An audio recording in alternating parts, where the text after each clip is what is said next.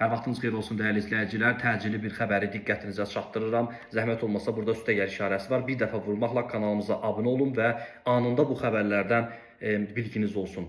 Məlum olduğu kimi Rusiya tərəfinin dəvəti və Abşeron rayon icra hakimiyyətinin təşkilatçılığı ilə Azərbaycan nümayəndə heyəti ümumi lider Heydər Əliyevin anadan olmasının il dönümü ilə əlaqədar tədbirlərdə iştirak etmək üçün Rusiyanın Həştərxan vilayətinə səfərə yollanıb.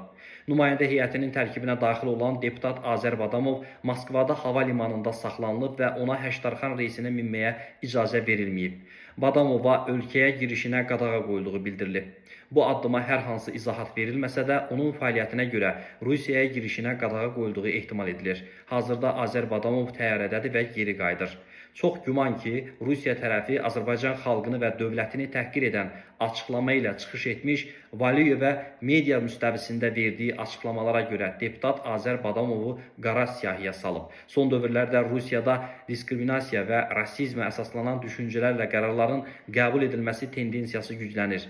Bu xüsusda MDB ölkələrinin vətəndaşlarına münasibətdə atılan addımlar, Azərbaycana qarşı törədilmiş kiber hücumlar və sair digər hallar qeyd oluna bilər.